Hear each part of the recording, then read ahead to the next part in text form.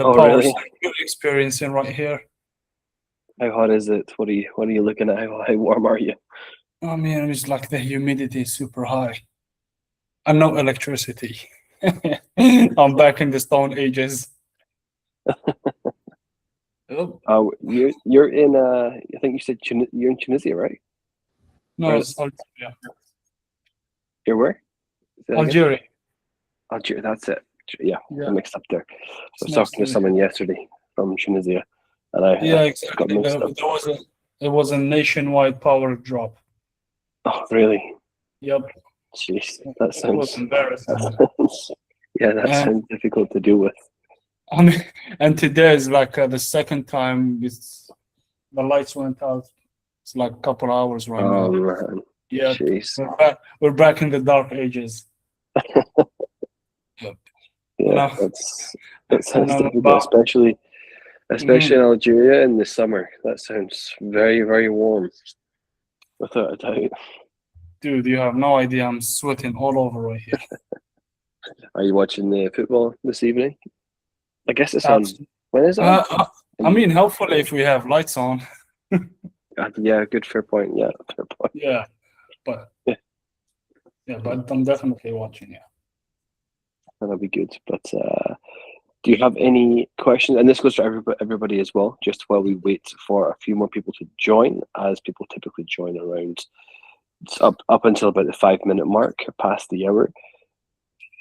Does anybody have any quick questions they wanted to cover? We'll obviously cover questions at the end as we normally do and open it up to a full Q&A session. But are there any quick questions anybody wanted to ask first? Feel free to unmute yourself or ask in the chat or whatever you please. I mean, yeah, I do definitely have one. I am Sure, go for it. I'm currently suffering with the lead gen side. Hmm. Uh, well, I couldn't like get any replies on the cold email campaign that I'm sending, and Okay. on the cold call side as well. I mean, you can't even get past the first 10 seconds of the call without getting hung up on. Do you have like Okay. any suggestions or fixes What for is it you're this? opening with when it comes to the call? Give me an example of what you're opening with. So what I usually say is, "Hey, this is name," Hmm. and I tend to just like lead with the problem that I'm calling about. For example, if you have seen your Google profile on the website, and I basically can help you get you more reviews, you get more business. Okay. But yeah, but Okay. I'm feeling like I'm triggering their PTSD with Yeah, these potentially. calls, you know.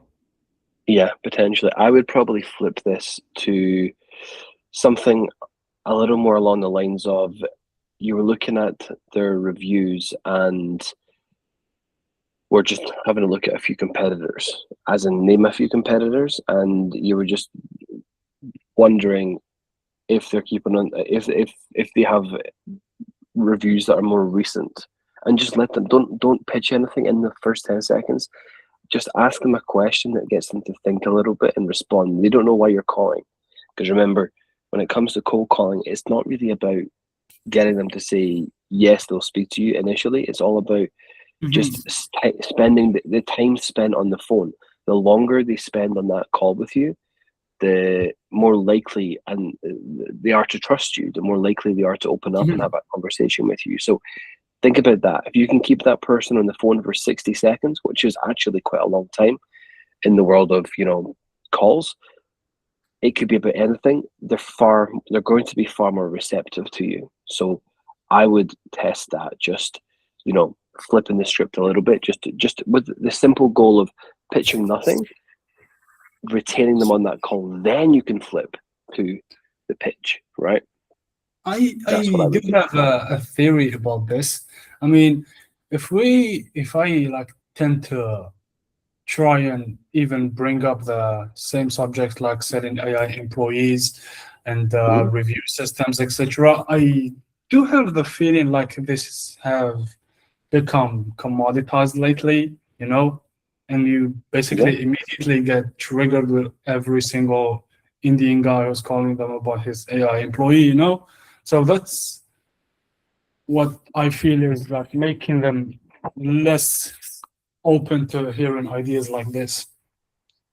The key is that you're not opening with that idea, right? You're just speaking about reviews. You've got to be completely detached from selling them anything or trying to pitch or trying to offer them a service in that first 60 seconds. You basically have to lose the scent of a sales call. That's the secret to it. So you can speak to them about reviews, but not about their reviews or their review services or getting more reviews. Almost act as if you're somewhat a little bit confused and ask them questions about recent reviews, and you're looking at their business and you're wondering if they had recent reviews, and you were looking at plumbers in such and such an area, and you're looking at maybe a couple of competitors, and you were just seeing which one had the most recent reviews on Google, and is that something that they currently have? Do they have more recent reviews? Again, I'm hiding the reason I'm calling simply because I want to buy that time on a cold call. This is how I would run cold calls. So I'm just buying the time, right? I'm just buying a little bit more time with them, because then I can transition into whatever I want. Whatever I want to do in terms of that, I can do that. Is that making sense? Yeah, it does kind of make sense right now, a little bit. Also, I have something else I want to pick your mind about. So the way I am positioning my agency right now is not to just like sell AI employees. I kind of position my agency in a way that leverage the system as a leak revenue system. This HVAC, database reactivation AI employee, I'm pitching it as a system that prevents the business from leaking revenue from like the missed calls, leads going cold, etc. Is this like something that would be better if I try to pitch it in the cold call? You know, not like sell it, but lead with that angle. I would actually say no, and I'll tell you why. You said earlier in the call, sometimes you feel like they have PTSD, right? From calls in the past. Well, if you think about leaked revenue, what is it? It's typically leads who have ghosted them in the past. Maybe if it was a roofer, maybe the person has had an inspection, has had a quote, and the person just disappeared. There's a sense of resentment for that lead initially. They've already experienced emotion and aggravation and frustration because they spent all of that time and then lost the lead. So now it's okay to pitch them that once you've had that conversation with them and they've warmed up a little bit. But if someone calls you and say, hey, all those people you hated previously, do you want to get them back? What's the first natural response? Because remember, cold calling is not about the logical response. It's the first natural response. We've got to get past that. So that's my opinion basically on how that works. That makes sense? You see where I'm coming from? Yeah, I actually do. I actually do that. It's if I get what you're saying correctly, is basically trying to not trigger the same emotions or responses that they get from all the cold callers that they get contacted by every single day, right? Exactly. You're trying to a warm conversation is very different, and you can turn a cold call into a warm conversation simply through time spent, right? The first 60 seconds is where they kind of lose that feeling of a cold call. And who is this guy, right? It's that they've spoken to you a little bit. They forget that they don't know who you are. They just sort of, human beings, that's why networking events happen, right? The initial communication is the difficult part. But how many times have we been to a party or something like that, and I told in the group I was at a wedding on Saturday, right? I knew nobody at that wedding, and what I did was I opened the initial conversation in a few seconds, and within 60 seconds the person speaking to me about their kids, about everything, because I'm just following a pattern every time. I do it in real life as well. It's the same thing with cold calls, right? Break the pattern of what they expect, so they By the 60-second mark, they've forgotten that they don't know who you are. They start opening up the worst. If you have ever been on an onboarding call, which I know you have, and with everybody here, you might notice that I always start and we have a conversation about your background and ask you to tell me about your background, where you're located, the different places, because I connect over that. It builds the warmth, right? It builds any sense of you don't know who I am yet. It goes out the window very, very quickly. I just want to prove to you it's the same pattern every single time, whether I'm at a wedding, whether I'm on an onboarding call, or whether I'm cold calling a prospect or on a sales call. It's the same pattern because it's just about human psychology. You see what I'm saying? Yeah, definitely. That definitely makes sense, but it's just that I still don't know how to exactly do that in the first 30 seconds. So it's still a bit vague to me, to be honest. I don't know how to translate it into. I understand the concept, but I don't know how to translate it into words. Okay. If that makes sense. Okay. Mm-hmm. I think your goal is to. I think you're thinking about it too logically in a sense, where you're thinking about how do I translate this into the service, or how do I make this relevant to the service. The truth is it doesn't have to be. The truth is it can be completely unrelated. Hey, are you guys located in something location? Yeah. Okay. Gotcha. Completely unrelated. Get them speaking to you, because by 60 seconds they've forgotten why you're calling. All you have to do is speak to them about anything. Do you service clients in such and such an area? Right. Okay. What's that, about 40 minutes from you? Yeah, that's about 40 minutes from me. You've Google mapped all this stuff, right? So you've got targeted questions. And okay, and in terms of the other companies I was also looking at John's Plumbing Service as well. I'm just thinking about it. I was looking at them. You probably know them though. You probably know John's Plumbing Services. But in terms of your service area, do you have a limit to it? How far do you go out? Because I was just wondering about your local area. Again, I'm just talking nonsense here, right? Absolute nonsense. But what I'm doing is I'm getting to the 60-second mark. And once I'm at the 60-second mark, it's a lot warmer. I was looking at your reviews online, and obviously I mentioned John's Plumbing Services earlier. They had quite a lot of recent reviews, and what I was looking at is it stood out to me because obviously, and customers are probably doing the same thing. They're seeing John's Plumbing Service with 100 reviews, and you've got 20 reviews, and who knows, you probably do a better job than John's Plumbing Services, but they're probably winning the business as a result. Have you tried to fix that yet? I mean, we can fix it in 15 minutes, so you don't have that problem anymore. But have you looked at fixing this before? So you see how I've just very conversationally got back to the service and not pitched them anything, just completely in conversation. It loses the sense of a sales call completely, because I'm throwing their attention. What I'm doing here, right, is I'm controlling their attention. I'm throwing their attention around the place so they can't connect the dots when it comes to sales. This is a little bit of an advanced concept, so I want to make sure it's landing. But do you see what I'm doing? Mm-hmm. Yeah, I do. Yeah. So think about that, and maybe give it a couple of rehearsals. Just play with the attention of someone. I throw them. I always did a thing when I did a lot of high ticket sales for our offers, right, and clients and whatnot. What I would always do is, as we were coming on to the close, right, where the person expected me to go into a closing pattern of, say it was X price, they're kind of getting towards that point. What I'll do is I'll say, oh, just before we get to, you mentioned your kids. I was just thinking, did you ever go up to such and such a lake for vacations with your kids? I just came across my mind. Did you ever do that? And what I'm doing is I'm interrupting the pattern. And I'm throwing them off the scent of what's about to happen, which is I'm about to close them, right? But I don't want them to recognize the pattern, because when someone knows the sales process, that's when sales processes no longer work. Think about it like this. Just think about throwing them off the pattern, controlling their attention, moving it around a little bit. Works really, really well. Again, a little bit of dark arts there, right? It's a little bit of I'm controlling what I'm talking about because I know what impact it's going to have on somebody.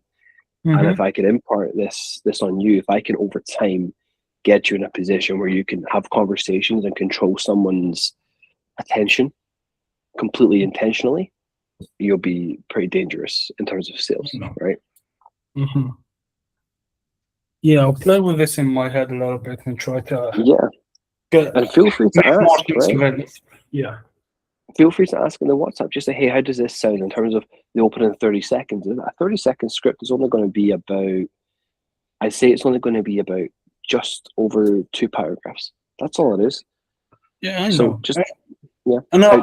ask us, how does this sound? Mhm.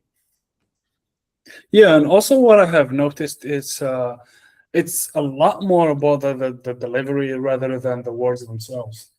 Yeah, exactly. Yeah. So I need Look at the to pace I moved things through there, right? Look at the yeah. pace I did it with. Why? Because they can't focus on any one part of it. They just view it as a whole. Again, that's how you control their attention, by pacing it in a certain way. Mhm. Appreciate a lot of this might sound like, you know, I'm mentally controlling things, but it is to some extent. It is like that. I am controlling things, not by the words, because you think about what I did there, right? I just thought of the words off the top of my head. I didn't think of the words intentionally at all. It was more about how I said it than what I actually said. And that's the Mhm. key. Yeah, Right? I kind of relate to what you're saying. I Yeah. mean, the reason why the delivery goes so bad is I'm constantly stressed about what to say next. Hmm. Yeah, I guess that's why it's been going horrible so far. You're making the calls though. You're making the calls. That's a good thing, right? That's a very good thing. You're taking the hard step. Now you've got to do the easy part of just not overthinking what you're saying, because literally the reality is I it mean, doesn't matter what you say. It never mattered what you said. All we have to do is get that person to a position where they'll listen to us. no, That's like it. one more serious question. Do you have any suggestion to how I train myself to not overthink? Because this has been a habit I Walk haven't been around when able you're to on get those rid of calls. for years.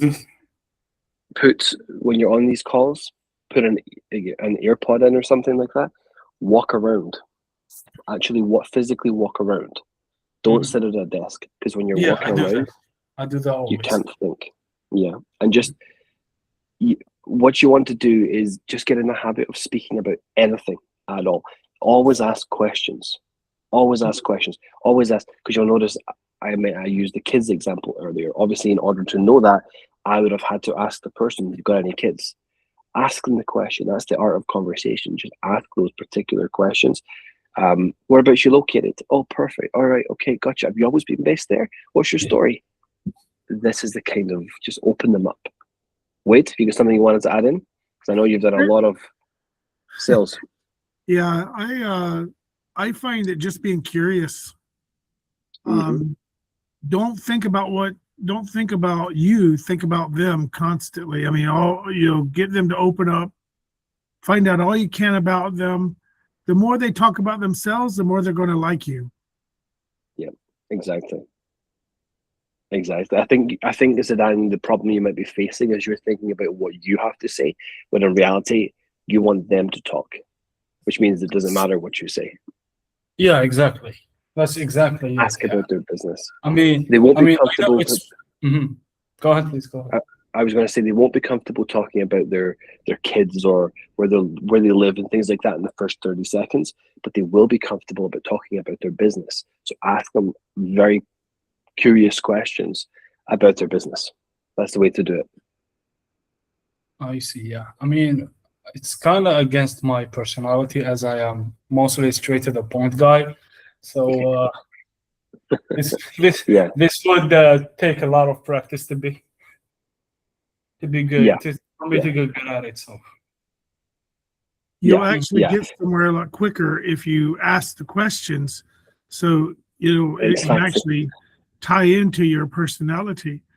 But Yeah, them being exactly. able to explain their business, I mean, they want someone to hear them. They want someone to validate them, and they're going to tell you you're going to find a hard time of getting them to stop talking. Yeah, exactly. You do. It's true. It's true. But what we'll do is then we'll look back at the end of the training, and we yeah. can discuss it in a little bit more detail. But yeah, we'll come around to it. We'll do a little bit of training. Yeah. Um, Butch, just to answer your question there, we'll send it out in the WhatsApp and via email. So if you've only got to 12:30, you'll probably catch about 12 or so minutes of this, and we'll be sending it out via email and WhatsApp, most likely tomorrow, because I've got to wait on Google sending it over to me first, which takes a bit of time because I'm screen sharing. It's a bigger file, so we'll get that over to you. And Jason, you're saying like a first date. You want to get to know it? Yeah, exactly. Oh, yeah. That's exactly how you want to do it. All right, I will dive into the training, and then we'll open up again at the end of the call for some Q&A. Now, an important point here: this is going to be a 2-part training. This is going to be a series, maybe even 3 parts. We'll see how it pans out. But my intention at the moment is this is going to be a 2-part series, because what I'm covering today is make or break when it comes to ads. You have to get this right. It's incredibly important. You cannot move on to the next stage without understanding and doing what I'm about to share with you here today. So it's going to be this week and next week, and potentially even we'll see how we get on, because this week is going to be about what it takes to actually have those ads work. Because, as I said, if you don't do this right, if you get this part wrong, nothing will work. It's absolutely mandatory if you're going to run ads. Then next week we will be diving into the logistics of ads themselves, and then the week after, we may have to do a 3rd session. I've done a lot of creative sessions before, but I think we'll dive in a little bit more on the creative side of things as well. So potentially we'll see how long next week's session is, because obviously I've got a habit of I always say these sessions will be 30-40 minutes and they end up being an hour, and I don't want to keep you here too long, because attention spans, learning, are capped around about 30-40 minute mark. So I might have to break it up an extra session. We'll see. But anyway, today's session is going to be on how to run paid ads that actually work in 2026 to directly sell GoHighLevel AI employees, even if you are terrified. Now, very important point: this works for everything. It's not just AI employees. I'm doing that to give it some context, so it gives us something to focus on, but it works for anything. It doesn't matter if you have a gym. It doesn't matter if you have a plumbing business. It doesn't matter if you have a plumbing client. Whatever it may be, this will work for absolutely everything, because the foundation remains the same. Now, paid ads open a gateway to a different world entirely. They are incredibly powerful. They give you leverage if you know how to use them. The problem is, so many people are terrified, absolutely terrified of paid ads. And I completely understand why. I get it. I completely get it. It makes sense as to why you're terrified. However, what I'm going to show you today will help you unlock that skill set and have demand coming directly to you. So when we think about different formats of marketing, you have outbound prospecting, which is where we are reaching out to the prospect. Then you have inbound prospecting, which is where people are opting in. They're asking us for more, which is typically what we consider paid ads, right? That's because it's the outcome. People are coming to us. Very, very powerful, right? That's, if you can master this skill set, it's like, I can't describe how much this is.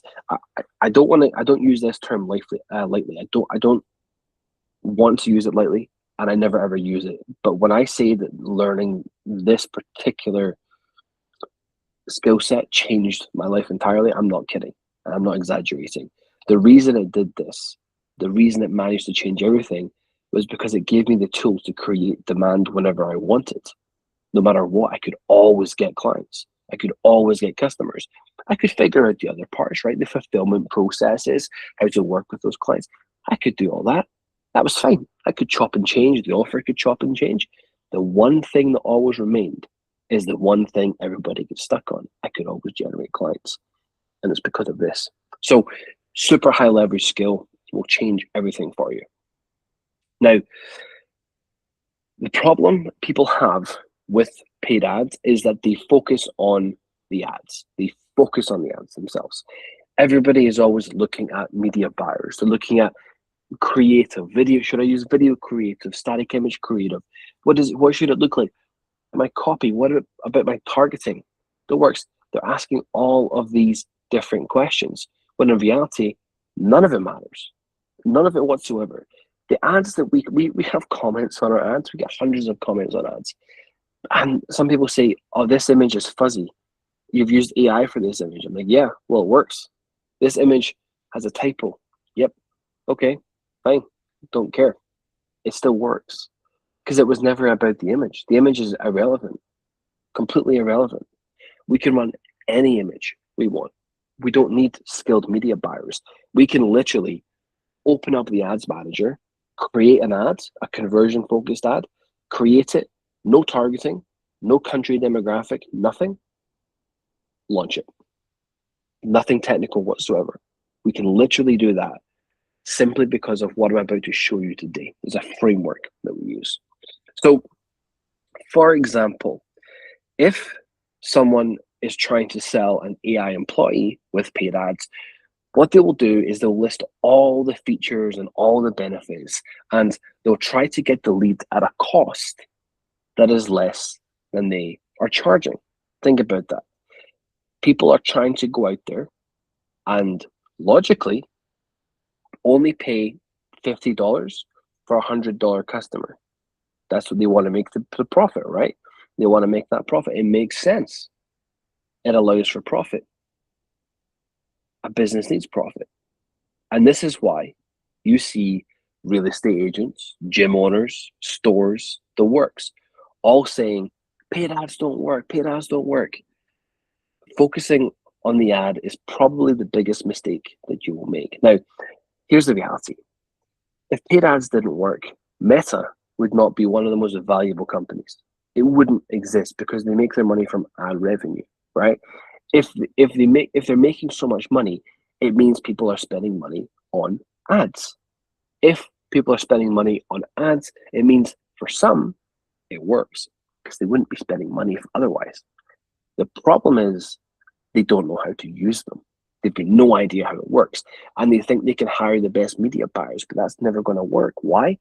Because a media buyer is a technical position, but nothing about the ads is actually technical, especially now, especially in 2026. It's not technical whatsoever. It's incredibly simple. Yet, people can still say, paid ads don't work, paid ads don't work. The problem is they focus on the wrong thing entirely. They're not set up for paid ads to work. Now, a gym owner always runs paid ads to their membership, whether it's $40, $50, $100, $250 per month. Maybe it's a free trial, the works.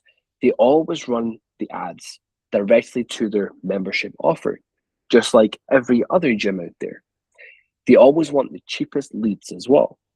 So they go for volume and they think they need high volume. So they think, okay, I want the lowest customer acquisition cost possible. I want super cheap leads. I want tons and tons of them, and that will work. And I just want to send them to my gym. That's it. I just want to send them to my gym, and I want to make a profit on that. That's the logic, right? It's the same thing everybody else does. But this is where they go wrong. Meta gives them exactly what they ask for. Volume leads, not buyers. They only give them volume. And as someone who spends multiple tens of thousands every single month from my own pocket on paid ads, I can tell you that they certainly do work. Otherwise, I would not be doing that. If you know how to use them. So there's so much noise out there that will tell you. They throw their toys out the pram to some extent and they say, paid ads don't work, it just doesn't work. Yet we do it every single day. And the only difference is a gym owner doesn't know how to use it. The majority of agencies out there don't know how to use it because it was never a technical skill. It was never a creative skill. It wasn't a copywriting skill. It was none of that. Yet that's what all the positions you can hire for, all the experts that you can hire, that's what they specialize in, right? But it was never the problem. So the secret with paid ads is to get that person away from the platform as fast as we possibly can. I want them away from Meta instantly. That's the goal. Ads cost money when the customer is on the platform. That's where we spend money. The longer we keep that person on, whether it's through retargeting or whatever that might be, it costs more and more and more and more, right? That's how ads work. So we're trying to sell an offer that isn't very good, or we're trying to sell a high ticket offer, and we've got to run ads, then we've got retargeting ads, and the person has to see your ad 10 times before they ever make a decision. Every time they see that, it's costing more and more and more.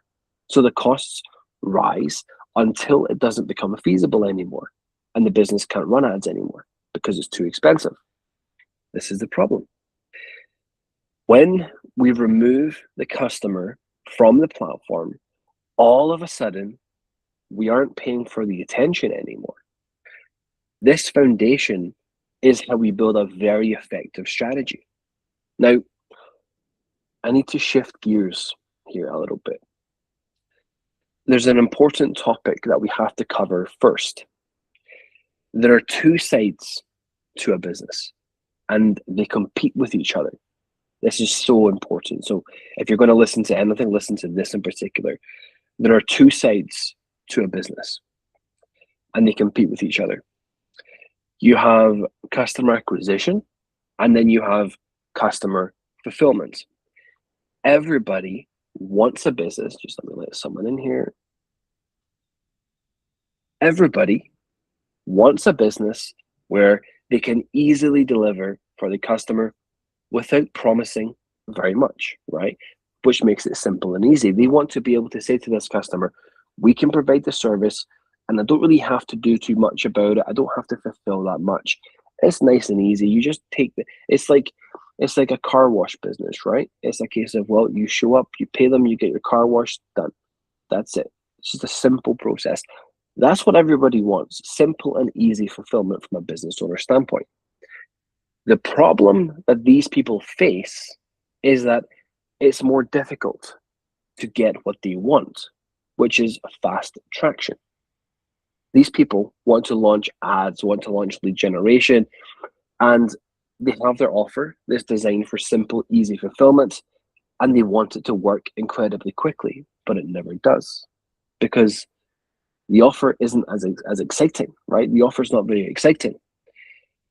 But then you have the flip side. You've got those who create incredible, make $100,000 tomorrow, or you get your money back offers. We've all seen these out there, right? They're a dime a dozen these days. Now, these sell really well because it removes the risk. Nobody wants risk. It removes the risk from the customer. So of course it's going to sell. Of course that's going to work. But these business owners never last very long because they can't actually deliver on their promise. How many times have you seen those offers come and go, right? Maybe you've not noticed it, but I want you to think back about those types of offers that you've seen out there. Do you still see them? Do you still see the same people running them? No, because it gets this surge of customers, then it creates this world of just catastrophe on the back end where they're pulling their hair out, super stressed. It was a complete mess. That's what happens. But on the face of it, it looks great. They've got tons of customers coming in, right? What a successful business. But it was never built correctly. So these sell really well, but they create a lot of problems after the fact. So you have on one side a steady, solid, peaceful business, but it's hard to sell because it's not as exciting. Then on the flip side, you have the ridiculous business that customers are lining up for. They're lining up out the door to take advantage of the offer because, like I said, the risk is removed, but it explodes because the person can never actually deliver. So the secret with paid ads is to create an offer that drives the user away from the platform as fast as we possibly can.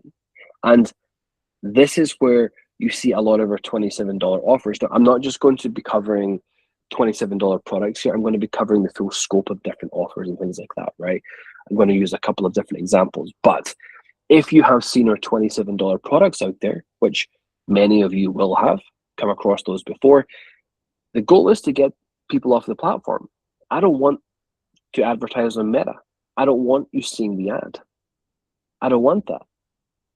I do it because it removes people from the platform as fast as I possibly can. So these $27 offers, just for context, are complete no-brainers that have tremendous value. So you'll see those $27 offers, and if you purchase one of those, and let's say that was all you purchased, you would see that for $27, that's a ridiculous amount of value. Ridiculous amount. That's not even reasonable. It's ridiculous. Yet, they're very easy for me to deliver because we simply send an installation link out, right? So I can run this ridiculous offer that nobody else can compete with. My delivery is very, very simple. It's standardized, it's systemized. I don't have to do too much. It's all pre-done. Very, very simple and easy. We can do this with any offer. We just work with the price of it. That's the difference. We work on the price. So this could be a $27 installation. It could be a free offer. It could be an AI employee demo. We could have the person call the AI employee. It could be any of these offers, right? So you've seen the $27. It could be giving them an installation of a review system at no cost. It could be calling the demo AI employee. Any of these, we can create an offer that solves both the crazy offer aspect, like the 100K guaranteed type kind of offer, solves the crazy offer aspect, but it also has the ease of fulfillment. That's the magic formula, right? That's where the money is made. Now, speaking of money, are we trying to make money from the $27 offer or the free offer? No, we're not. We're not trying to make money at all. It was never designed to make any money. We are simply getting our target audience away from the platform, which is where we spend money. As I said earlier, the longer the person is on the platform, the more they see the ads, the more we spend to acquire the customer.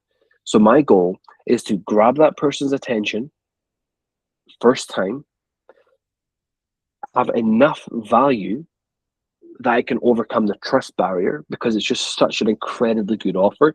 They have to go for it. So that first time, minimal cost, I can get the person off the platform. That's my goal. That's all I'm trying to do. Because when I do get them off the platform, everything changes. Now, the secret to creating these offers is all about covering a few check marks. Number one, does this offer have a naturally high perceived value? Which means, does the customer know how much it should be worth? So for example, it's all about the perception. If we look at the price of a Mercedes, you've got the perception that it's worth a decent amount of money, right? Because it has the brand around it. There's a perceived value. If we look at a pair of standard shoes, we've got the perception. We know what it should be worth. Look at a house and a location. You can look at the other houses in the area. You know what it should be worth. The perceived value is already there. You don't really have to ask us, how much should this be worth? And there's a massive variation. We know how much it should be worth. Just naturally, we know what it should be worth. So what I'm trying to do is I'm trying to create offers here that have a naturally high perceived value. The customer instantly knows what this should be worth. Why?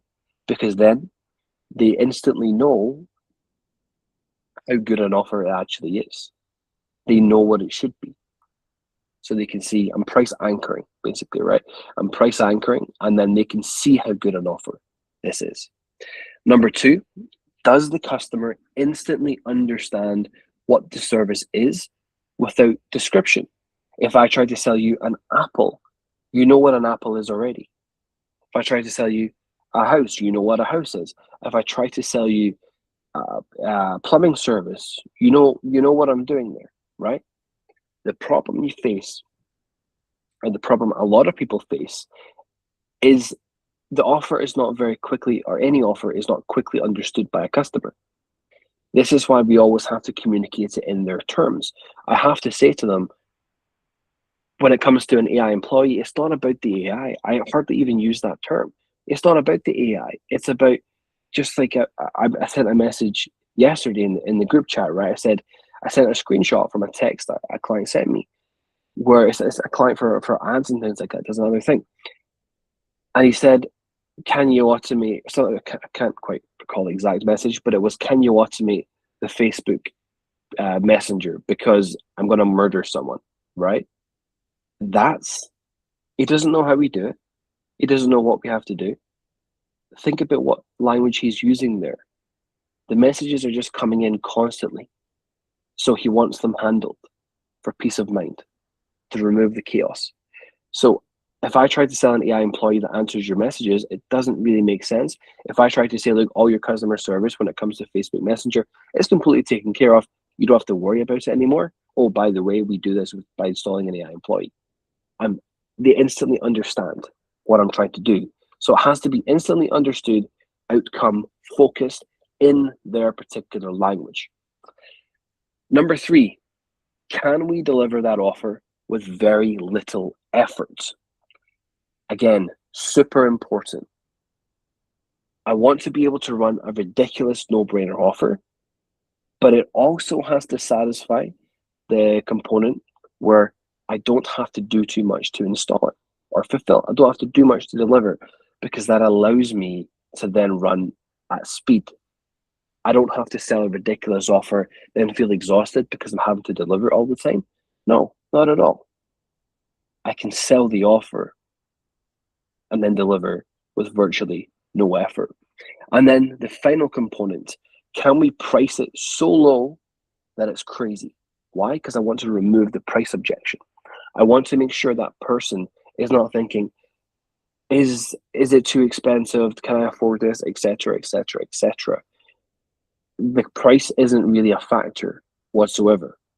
It's not a factor. So what I'm doing is I'm combining perceived value, what they think it should cost, with a ridiculously low cost. It makes the decision very, very easy. Better yet, they understand it. And the final piece is I can deliver with very little effort. That's just for me, right? That's my scalability. This is the offer itself, these 3 components. It has to meet these parameters. If we meet these parameters, we're on to a winner. If we build offers using this recipe, we can drive users away from the platform at an extremely low cost without them having to think about it. They don't have to think twice. They can just see the ad, click, purchase, go off the platform into our world. You do this. You have this recipe open. Oh, and I forgot to mention at the start, I've also got an SOP for this as well available, which I'll take you through. But if you do this, you can run ads very, very easily. You can run it where it's just going to work. It's just going to work. It's not about the technical side of things. It's just going to work because you're satisfying the key principles of an offer that sells naturally. That's the secret. Now, it was never actually about running ads. It's all about the offer. That's the foundation. If you don't have this part right, it doesn't matter how you set the ad up. It doesn't matter how good your creative actually is. None of this ever matters. You have to get this part. This is all the ads platform is. The setup, which we'll go through, the setup is simply how to get the ad live. That's it. This is what makes or breaks you, right? So we have to get this part right. If we have a strong enough offer, the ad can look shockingly bad and it will still work. Now, this is not me telling you make your ads terrible, right? I'm not telling you to do that. We want to make them look nice. We want to put the effort into it, right? Because why not? Make it even better. But the reality is it could look terrible. It could look like a just shockingly bad, and it will still work. Why? Because the offer is good enough. The offer is good enough. This here is what gives you the flexibility. It gives you the ability to make mistakes. It gives you the ability to not have it perfect. And there's reason for this. There's actually logic behind this. Now, the key behind all of this is actually what happens after the prospect purchases from you. It doesn't matter if we use a ladder funnel where it self-liquidates daily.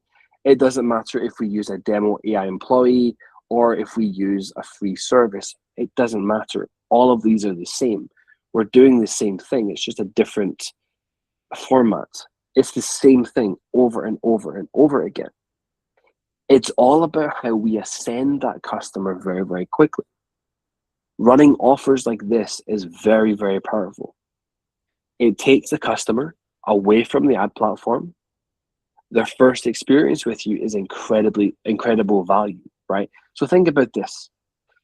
They see an offer out there. They know what it should cost. So they instantly know how much of a saving they're going to make by purchasing from you.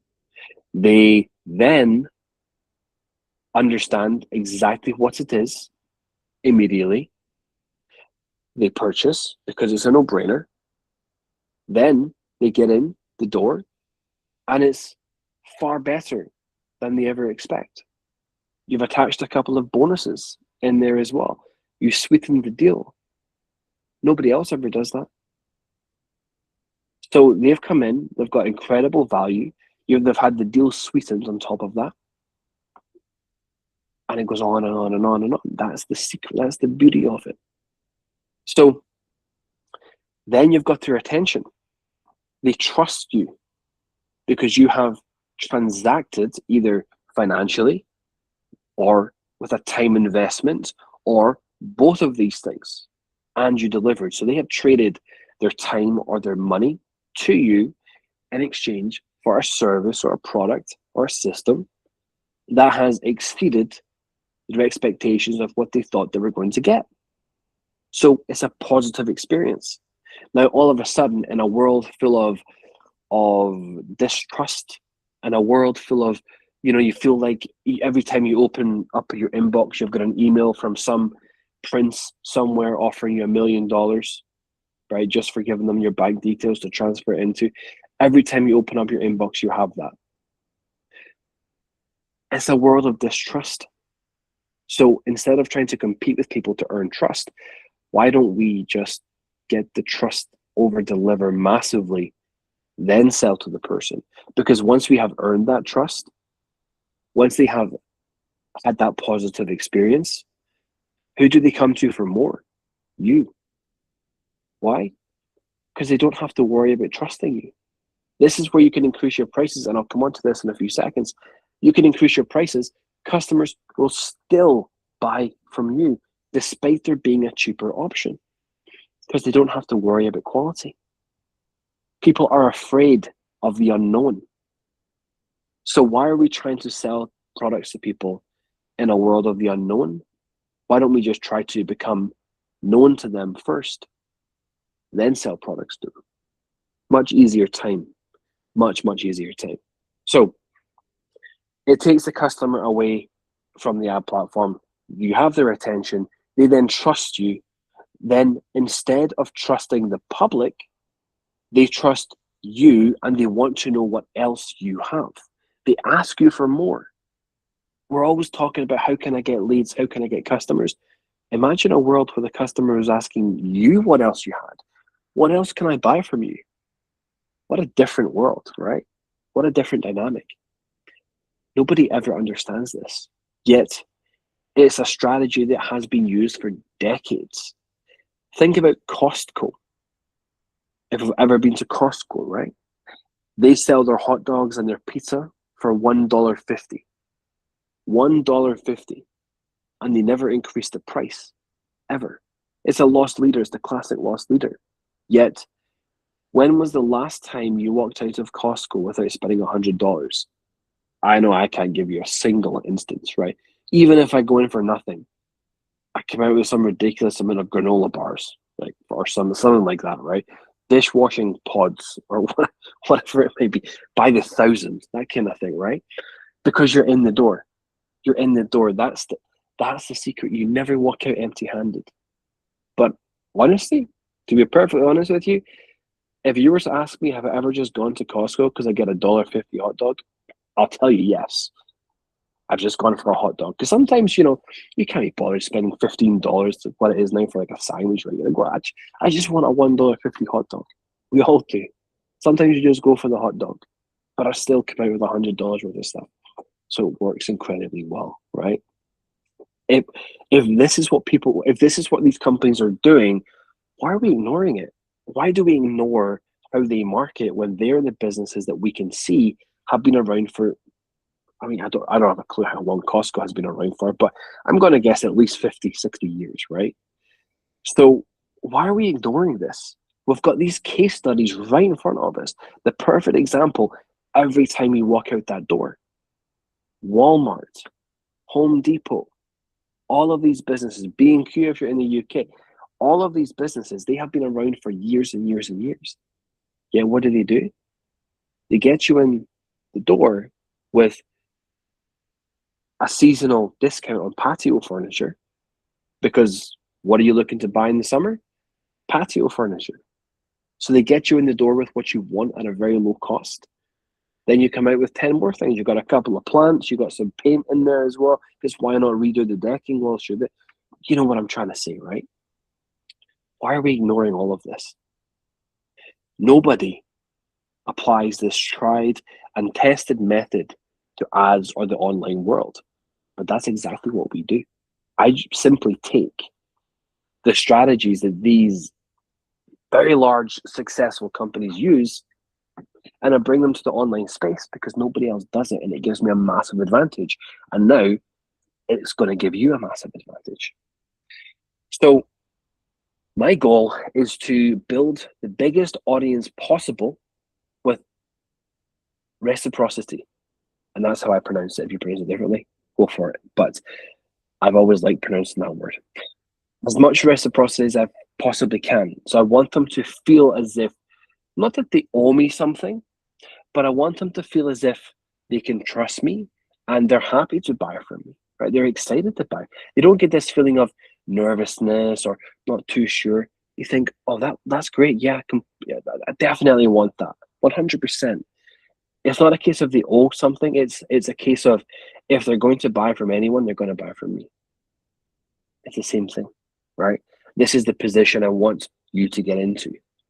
If you do this, if you build this audience where you've given them tremendous value, way above and beyond, far above what anyone else has ever given them, you've got a business on your hands.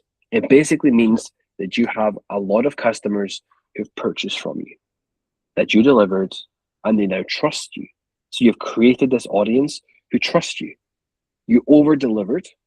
This means that when you run another offer, they listen to you.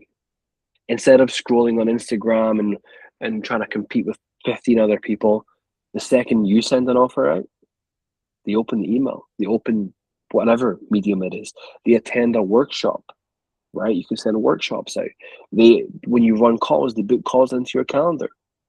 They buy the products because you've created this dynamic, this magnetic dynamic. This gives you this internal pool of buyers that you can always tap into. Imagine your life if you had 500 people, which isn't hard to come by, 500 people who have purchased something from you over the last 2 years. Then you start launching a new offer to them, a new service.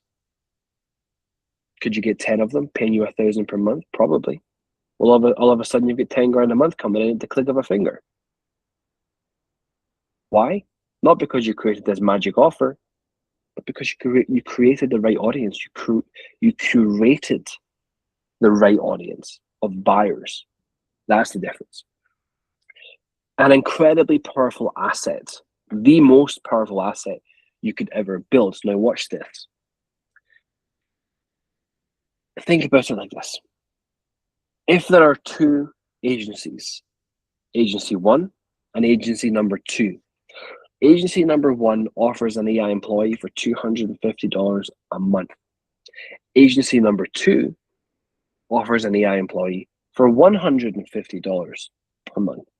But Agency one has provided a review service to that customer for an extremely low price, plus they provided a referral service as a bonus to sweeten the deal. They've engaged with the customer and they've delivered.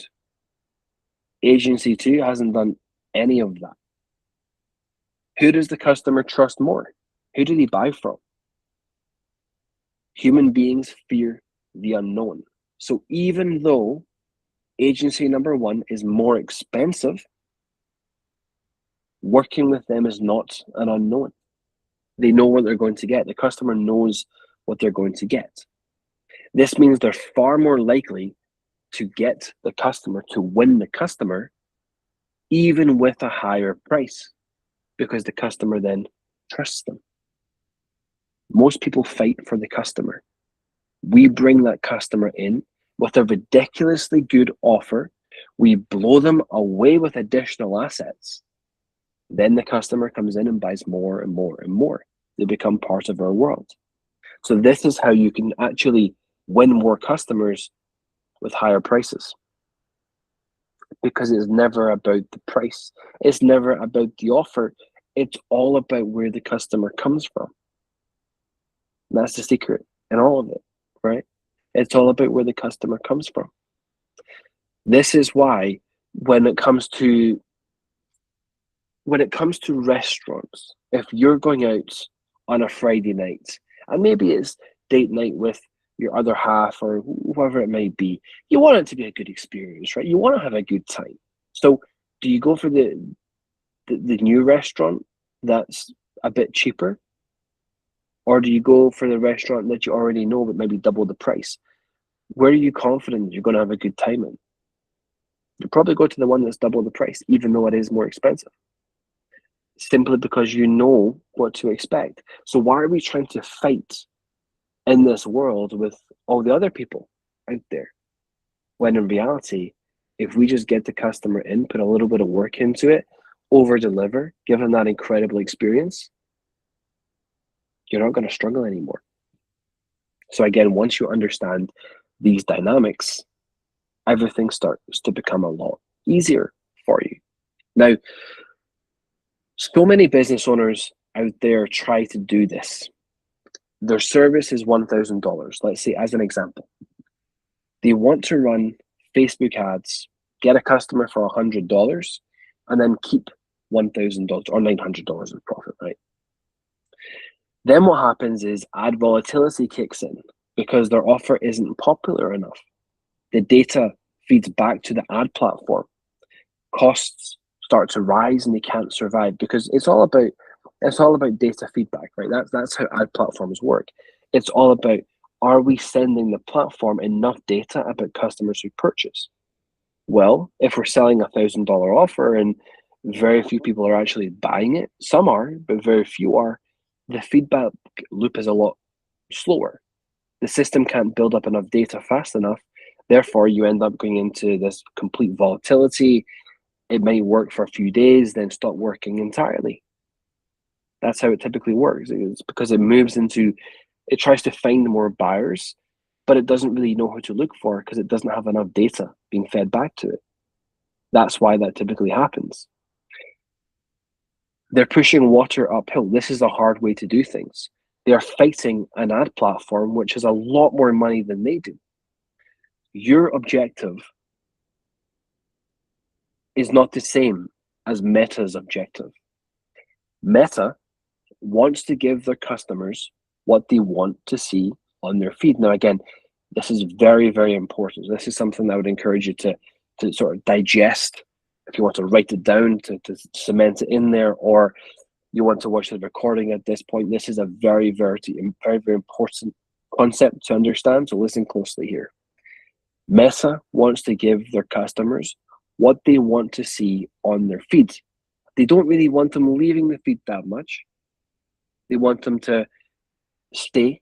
They want them to consume the content. They want them to have the positive experience. So there are two offers. I want you to think about the data that's being fed back here, okay? One offer is a $1,000 offer, and it sells. It does sell, sure. very slowly. The other is a $27 offer or a free offer with insanely high value, and it sells like hotcakes. Like hotcakes. The data is then fed back to the ad platform at speed and at volume, and Meta pushes it to more and more and more people because it's making their customers happy. Meta gets the engagement, right? They offer, there are a few factors to consider here. You've got the cost per link click, the link click-through rate, CTR. Now, CTR, you've got two CTRs. You've got the click-through rate and the link click-through rate. The click-through rate is basically the rate at which someone sees the ad on a feed, stops and reads, and maybe clicks read more for the rest of the ad copy, right? The link click-through rate is the number of people who see the ad who then click the link to go to the page. Two very, very important metrics. So if we have a standard, sort of boring, same as everybody else offer at $1,000, and it's a little bit vague and it doesn't seem that ridiculous, it's just maybe interesting, but it doesn't seem that ridiculous, it's going to have a very low CTR, and it's going to have a very low link CTR, which means it's not grabbing enough attention. So people are scrolling past it. That gives feedback to Meta. People aren't interested in this. They might be interested, but it wasn't as exciting enough. On the flip side, when we have an offer that, remember the key points, right? Remember the key points. It has high perceived value. They instantly understand it, and the price is ridiculously low in comparison to the value that they perceive. Grabs their attention. It's designed to grab their attention. What does this mean? This means they stop, they scroll, they read the ad, they spend time reading it, watching any video, whatever the case might be. They click the link because it's such a good offer, they've got to check out a little more. Feeds the data back to Meta, right? And of course, with the offer, we've removed all the friction. The price is not a friction point anymore. It's not a buying decision. It's a no-brainer. They know what it should be worth. They see the tremendous value. They buy it, which sends purchase signals back to Meta. So that person has seen an ad, stopped, engaged with it, clicked on the link, purchased the product. Data fed back to Meta. What does that tell the platform? It tells the platform the customer enjoyed the ad. The customer benefited. They wanted to see the ad, which means you're aligned with Meta's objectives. So it will push you more and more and more, which then it multiplies, right? It accelerates everything because it shows you more often. It has enough data to know who to show you to, and you get more purchases, more clicks. We send even more data back, and you can see how the wheel starts to spin faster and faster and faster. That's the secret, right? It multiplies very, very quickly. So we do not want to fight with the platform. The data is fed back very, very quickly in that loop, and it sends the right signals. So not only do we win the customer amongst all the noise because we've got a better offer, we have much better ad metrics, much more consistent performance because it knows who to find, right? It pushes us to the right people, the top tier people. Because again, remember, like I said, Meta wants their customers to be happy. They want their customers to be happy. So it will push us to the top tier customers because we're making their customers happy. That's all of it, right? We're making their customers happy. We're now aligned with the ad platform. And we have very, very fast customer acquisition. And what does all of this mean? It means we win the auction. The ad platforms operate with an auction. We win the auction at a lower price because it's not about the highest bidder. It's about the highest bidder with the best experience, customer experience. Therefore, we can win on the customer experience, which means our lower bids, cheaper costs, win because it's not all about the money for them. So this works incredibly well. That's basically the recipe. Now, this is basically an example of how we would push someone through this process, right? This is the buyer journey. So we have the paid ad itself, which we buy attention. So the goal is to buy attention with a powerful, irresistible offer. Step number 2 here is the product itself. You have the review system and the referral system, just as examples here. They are very easy to say yes to offers. They've got high amounts of trust.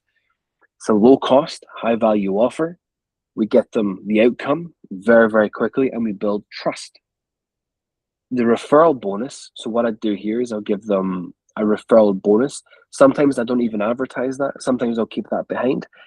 I'm selling the review system, and on the fulfillment email, I'll give them the referral bonus. If you've ever bought a product from us, there's often additional bonuses that you don't even know about that come with it, right? Because what am I doing? Over delivering every time. Then you've got the AI employee and the database reactivation bonus. So the AI employees, what they want, the database reactivation bonus is designed to improve the customer experience on a monthly subscription and increase retention. So my goal is not only to make the sale, is to also have the offer engineered so that it retains the customers as well. You've got the AI employee, which solves a bigger problem. And then you've got the reactivation to bring old customers back to life. Then you've got your recurring revenue building here, because as a result of this, so your sales happening over here, your upgrades build your recurring revenue, and then you get both of these audiences, warm buyer audiences, that you can sell any other offer you want in the future to, whether you run workshops, whether you want to do some web design, lead generation, funnels, custom AI builds, more automation, whatever you want to do, you've got a working audience sitting there, ready to go. Once you have that audience, you're not going to struggle to sell anymore. And this is the complete buyer journey. The person moves along this process. And what we do over the course of time with our ads, we build a massive pool of people in here so that whenever we do launch future offers, we've got a huge qualified buyer pool waiting to buy from us again. The result of all of this is a compounding ecosystem. More trust over time, more engagement over time, more revenue, stronger audience, more offers, and an even higher impact. This is about building a lifetime relationship, right? We'll talk about lifetime value. This is lifetime value from the customer. So what does this mean for us though? This means that we can actually build infrastructure on top of things. So we're not just building or running an ad. It's all about the infrastructure, the flow. Because you have the infrastructure, you can trust that your ads will become consistent because we're feeding the platform the right data all the time. You can position your upsells. You can do onboarding calls if you want to, nurture sequences where you can naturally upsell customers who now trust you. They now trust you. So you've got this entire infrastructure that makes you a lot of money, and it's just sitting there. It was never about the media buying. It was never about fancy ad scales or anything like that. It's the infrastructure. If you have the infrastructure, ads become very, very easy. If you don't have the infrastructure, it doesn't matter how much creative I show you. It doesn't matter how I show you to set up ads or how to write copy. It does not matter. If the infrastructure is not there, you're running on a treadmill all the time. This gets you off the treadmill. This gets you in a position where you can actually successfully run paid advertising. You can have enough demand flowing in consistently every single day, rain or shine, that you can build on top of. So you can plan additional offers. You can spot an additional service that you want to run instead of thinking about, well, should I run this? Is this shiny object? You send it to your audience. You get the reception. Are you interested in this? Is this something you'd be interested in? Yes or no? They will tell you. Instead of you having to guess, you don't have to guess anymore. They're going to tell you. So you can calculate your numbers, you can calculate your future and the strength of your business. You can book buyers in for sales calls for your full stack offer, and it builds your qualified audience up. You can send them emails, you can post content, you can nurture them.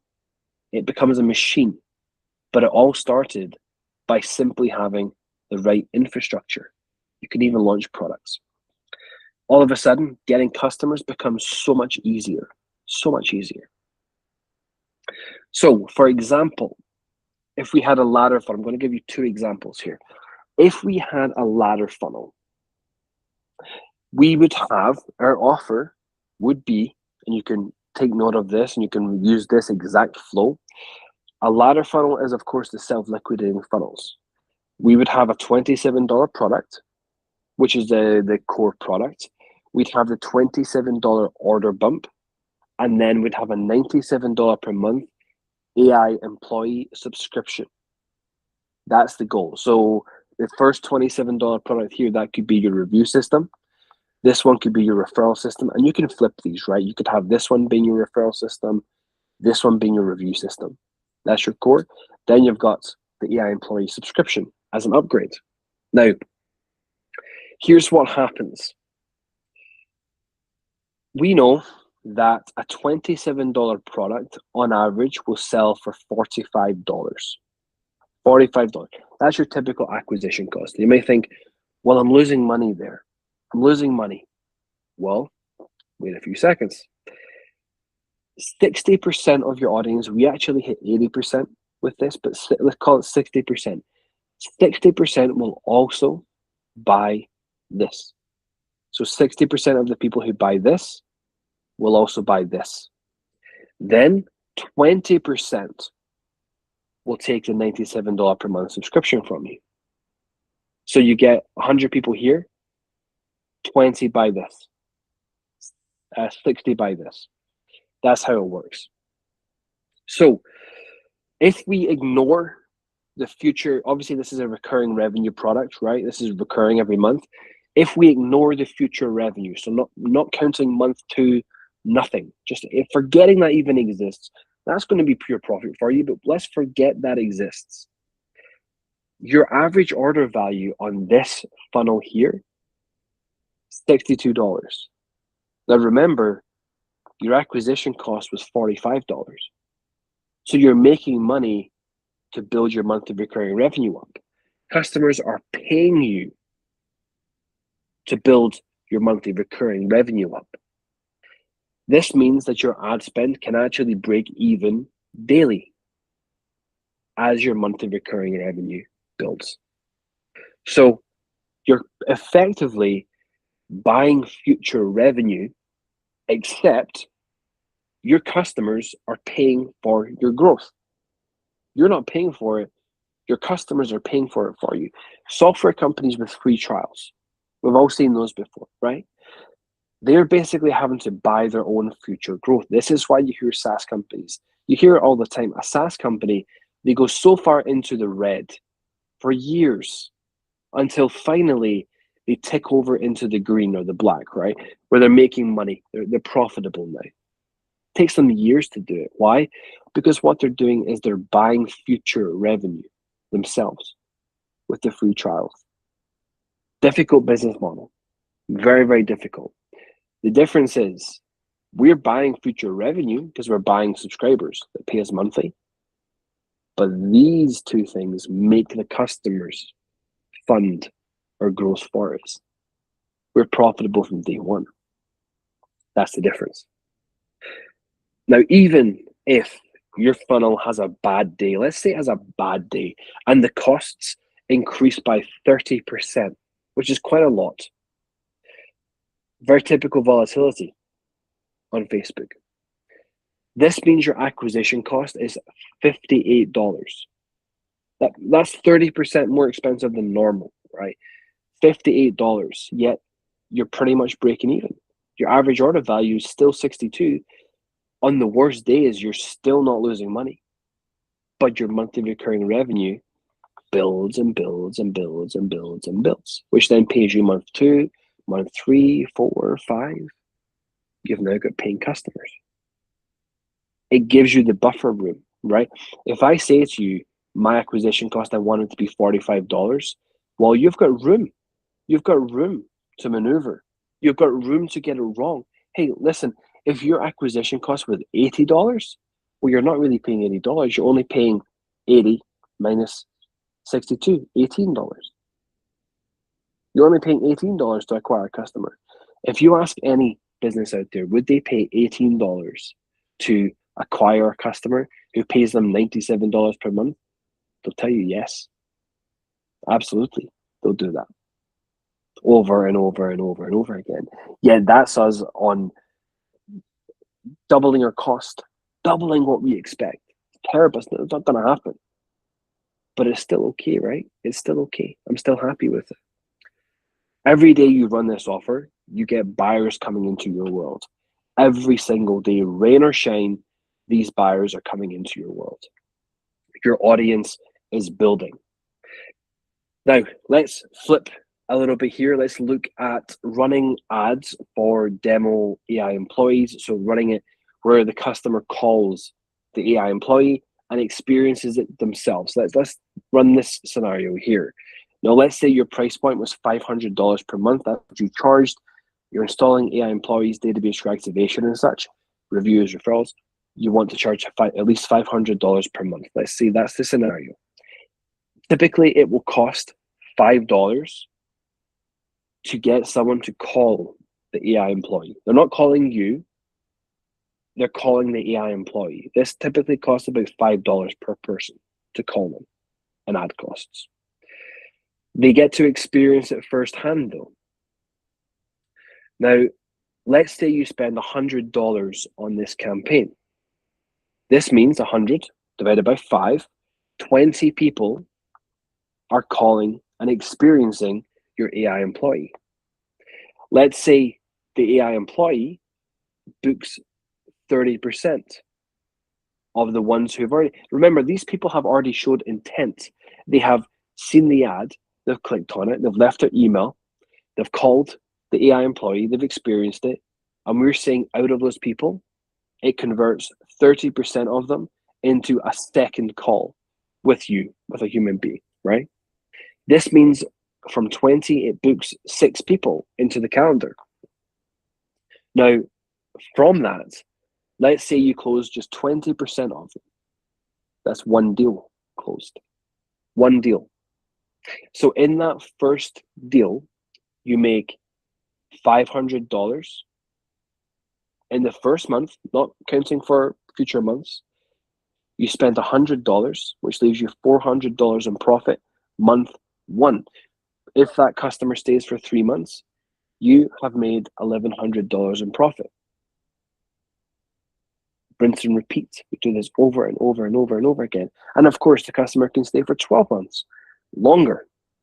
We just rinse and repeat because the math works.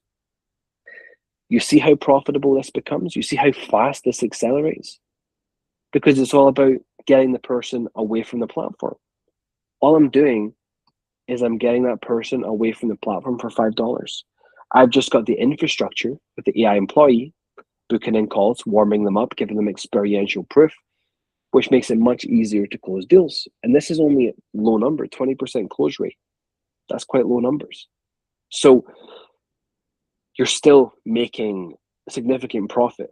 You're making 5 times your money, basically, from cost to revenue, 5 times your money in month 1.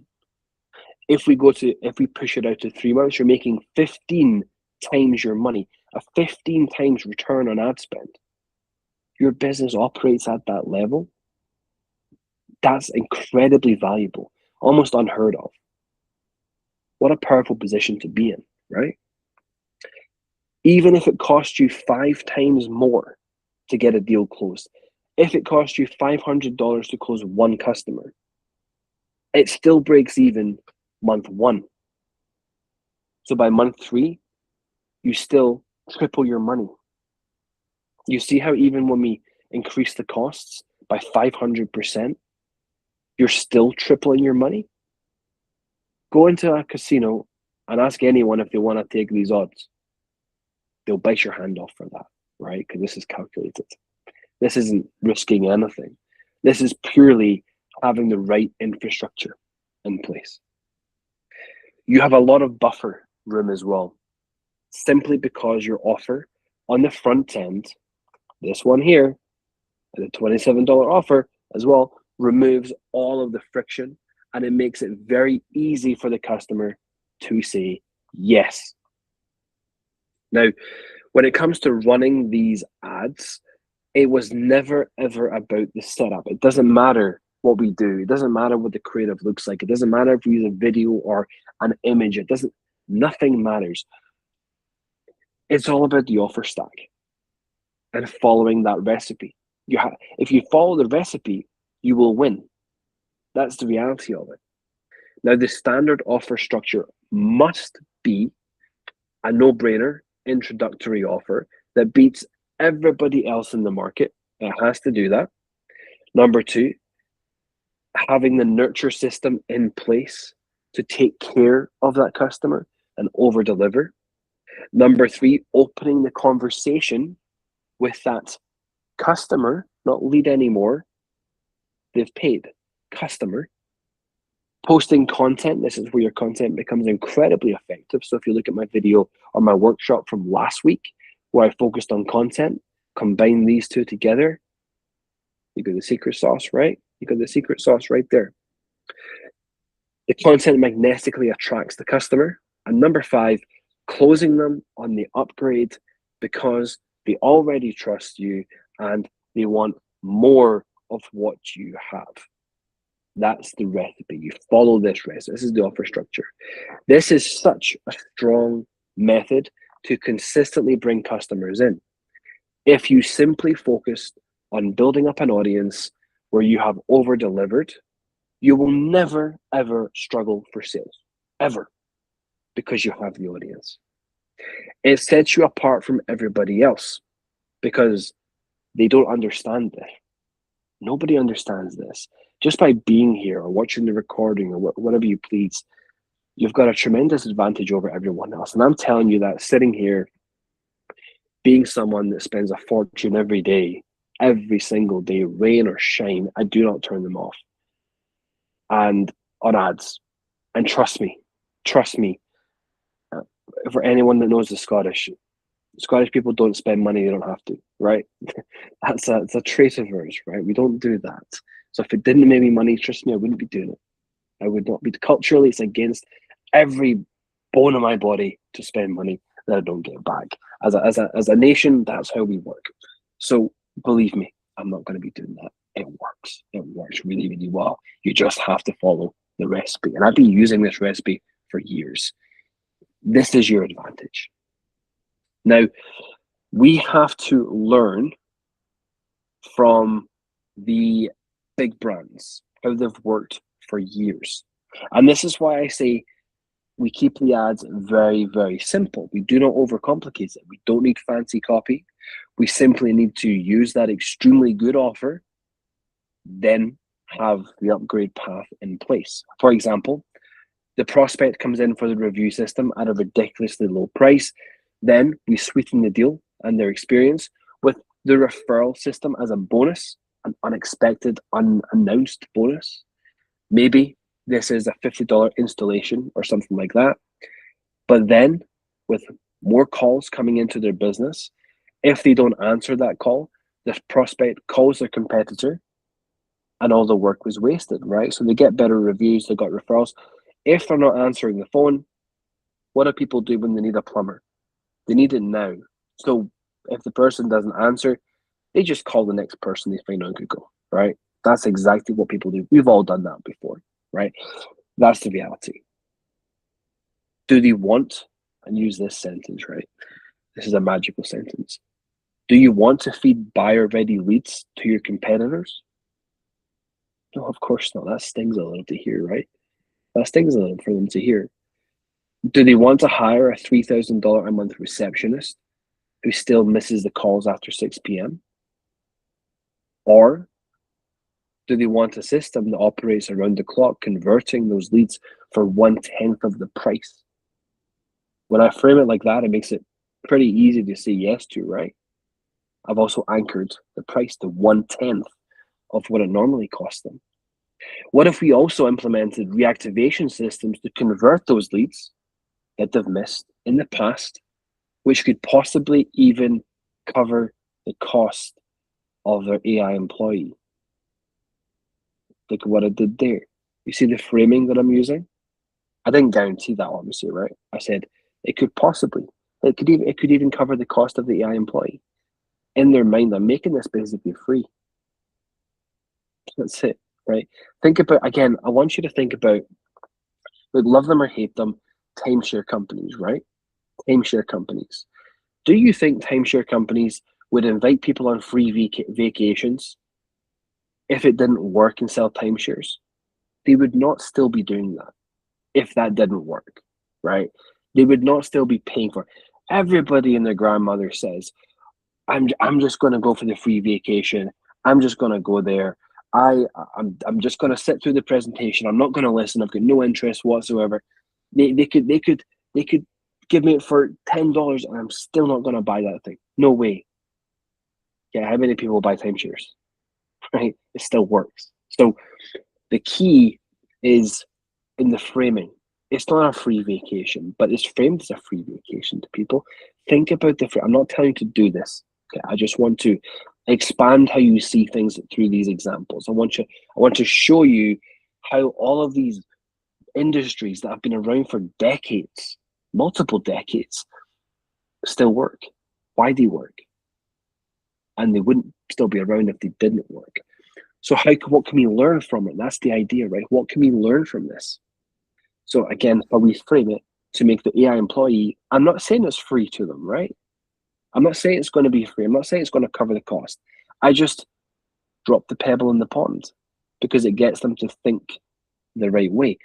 Again, it's not just an added service, right? There's strategy behind it. And I'll repeat the sentence. What if we also implemented reactivation systems to convert those leads they have missed in the past, which could possibly even cover the cost of the AI employee itself? Makes it free in their mind. Would that make good business sense and become a no-brainer? Of course it would. Of course it makes complete sense when we frame it like this. Yet the beautiful thing is, with the systems that you already have access to, your cost to install this for them is virtually nothing. So you can frame all these bonuses any way you want, free, waiving installation fees. You can do whatever you want to do with those because you don't have cost. That's the luxury that you have. You do not have cost to do it. So why are we just trying to give it as a service, right? Play with it. Craft it. Frame it however you want. Don't be afraid to do so because you don't have fulfillment cost. You don't have to pay for, every GoHighLevel account and whatnot you create. You don't have to pay more for that, right? You don't have to pay for the installation of a review system that's already built, referral set. You don't pay for any of that stuff. So why not play with it? Use it as your advantage. Use it to bring people in the door. You set it up once, you get paid monthly. And we're almost wrapping up here.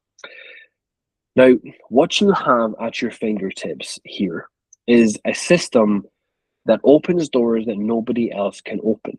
So you can confidently create these audiences with reciprocity, get them off the platform, and then ascend them, and still make that ascension a complete no-brainer.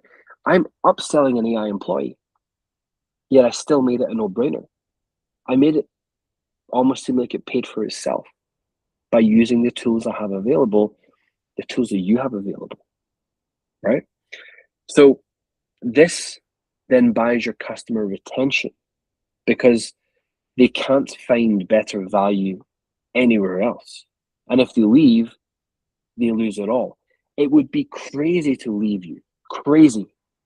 An insane decision for them to walk away from your services. Just like how we frame all of our offers, right? It's insane to leave us. Madness.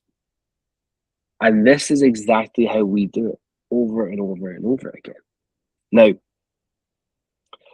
as the final takeaway here, The secret with paid ads was never the ad. The ad is just access to eyeballs. The secret with paid ads is to get the person off the platform and know what we're going to do with them. That's the magic in it. Now, we have a complete checklist here. You don't have to follow this. I have an SOP for you. So this is just a taster of what's in the SOP.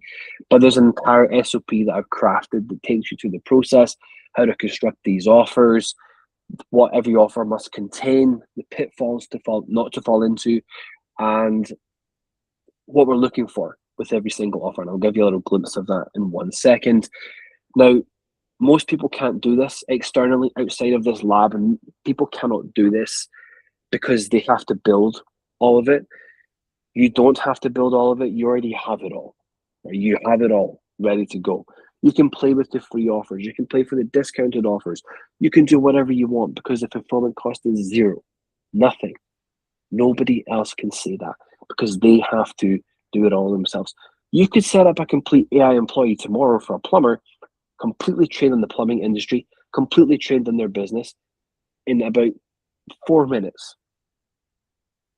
And they've got a system people will charge them $500 a month for.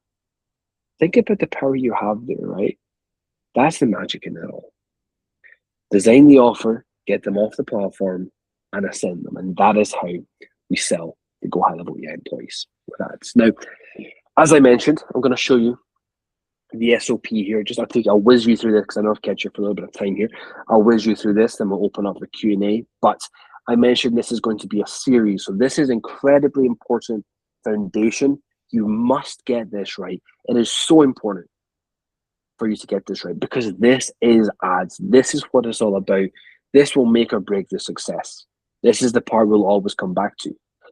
In the next part in the series, I will show you how to build it out, as in how to have the ad creative and the copy. But again, you have to understand this first because otherwise you're creating ad creative and copy for offers that are never going to sell. It's not framed the right way. So this is probably the most important lesson I've ever taught when it comes to paid advertising. And as I said, in the next part of the series next week, we'll dive into the ads themselves. We'll bring all of this to life and give you that visual of how it all works. Now, let me just flip tabs here and I'll take you through the SOP. And it is this one here. Okay. So this is the, can we also see this here? This is the SOP checklist, okay? It is pretty streamlined. So as you go through this, don't do it like me. We'll just go page by page. There's errors when it comes to this. Is an AI drive, so there's errors when it comes to the zoom. So if you here we go. I'll zoom out a little bit here. You'll see that it takes you through the key components of creating that offer and the checklists for what that offer actually has to look like and the things that you have to follow before launch. So from front end offers, AI employee demos, referral systems, how we add it as bonuses, free offers, the works. This will help you map out your entire offer structure and the different components you want. And like I said, this is the most important part, and even the buyer journey, right? This is the most important part. So it's super important that you take this, you pin it to the wall for whenever you want to run ads, and you build your business around this. So it has literally everything that we've discussed here as well, and just shows you the unit economics as well, the numbers. So it'll help you digest what we can actually expect with paid advertising and everything. So what I'll do is, if you want this, I'll post it in the WhatsApp chat, and I'll also, what I'll do is, if you request it, the reason I ask you to request it is because some people might not notice it and they'll want it, but they might not notice it. Oftentimes when there's a little bit of communication about it, people notice it and then they want it as well, and we can send it over to them. But we'll attach it and you can get that, you can get access to that. So what I'm going to do now is I'm going to open up the room to any questions. Now the questions can be about this, they can be about anything that you want, and we'll be here till the last question is answered. So Jason, you're up first, feel free. All right, so this is amazing, and I have a couple of questions relative to this. So in the SOP, and I know you just kind of went through it real quick, is that include, so when we set this up, let's just say $27 offer, we'll just say it's a referral. Does that include what we should request when we're requesting a sub account be created? What tools need to be added, workflows and that sort of thing, or is that something separate relative to each one of those? And can I find it somewhere in like instructions somewhere? That's a good question. What I'll do is, obviously these trainings, I create them every week, fresh, brand new. So what I'll do is I will incorporate that into, as I said, I might have to do this as a 3-part series, because as you know, one thing takes up. I mean, we've been going for an hour and a half already, but an hour 15 training. So I'll split it over 3 sessions then, because I think it's a great question. It's a part that I probably missed when it comes to thinking about this. So what I'll do is I'll obviously get this session, then I'll do one on the creative side of things. Then I'll do one that's, okay, if you want the fulfillment side, how do we deliver for these kind of, we'll call them fast action offers? We'll do that as well. So I'm gonna also do one of the funnels. Maybe we'll do an entire series on this. Again, these ideas come to me as I build. So if there's ever things like that, based on how you see it, just tell me, because I might see, I'm so used to doing this, I might see it differently, not catch something. That's quite a good question. I'll incorporate that into it. Yeah, that is the one thing that, been trying to wrap my mind around is, okay, I've got the tools for the referral, I got the tools for the reviews, I got the tools for the database regeneration, but I haven't gone through all the videos yet, so maybe I've missed something, but trying to make sure that I understand, okay, when I ask for a new sub account to be created, based on what I've sold, what do I incorporate? What do I ask to be incorporated into it? So that will be extremely helpful. Sure, absolutely. And what we'll do is the problem is obviously there's 26 different niches. So the issue that we come up against is simply that we need to figure out how we can do a drop down where it then auto imports things across the 26 depending on which one you want. So we're trying to figure out a very smooth way to do this, just because there's so many niches, right? It'd be different if we had one, but obviously but the most important thing to remember is that even if you were to miss something and you thought, oh, I really need this and this account, you can always, because you will be the admin of both, what you can do is you can duplicate assets from your main account into those newly created accounts after the fact. So you can always have control over that. Don't ever feel like it's a one-time kind of, you've got to get it nailed in the first account setup. Right. You don't. You can always copy over too. Right. Okay. And then relative to things like the referral system or the database regeneration, that requires getting information from the client to put in so that it can start processing, correct? Yes, you would have to upload the leads. Yeah. Okay. And then based on whether I guess either way, whether they want you to run it completely for them or they want access to it, we would just have to set up access just to that sub account for them. Yeah, that's right. Okay, perfect. That's right. That's all the questions I have right now. Thank you very much. Sure. Again, this is great. I appreciate it. One thing I would add on to that as well, Jason, is there's the argument of, do you help them upload their leads or do you send them a video to upload their leads? Now, obviously, the more automated way to do this is to send a video for them to upload their leads. But there's also the aggressive approach, which is you're not going to run for them, but you can get on an onboarding call with them. Yeah, that's not. Is that you're paid for time? No, it's not. But listen, nobody else will get on an onboarding call. You would not believe the amount of people, because we do, obviously, many of you will have had an onboarding call with me in one way, shape, or form. In the other side of the business, we have onboarding calls with every single client that comes on board, regardless of if they buy the $27 setup or whatever it may be. Why do I do that? Because nobody else does it. That's why it's noticeably different, right? Mm-hmm. Is it tiring? Sure, better believe it. Does it make money? Yeah. Do people buy from me as a result? Yes, they do. Not because we sell anything, because no one else will do it, right? It's the experience. That's the beauty. I just had this conversation actually just before we came on this call about AI and does it take over? And the reality is it has a reverse effect where people go into AI so heavily where we can flip and just be unique by having that helping the person approach, and you'll sell more.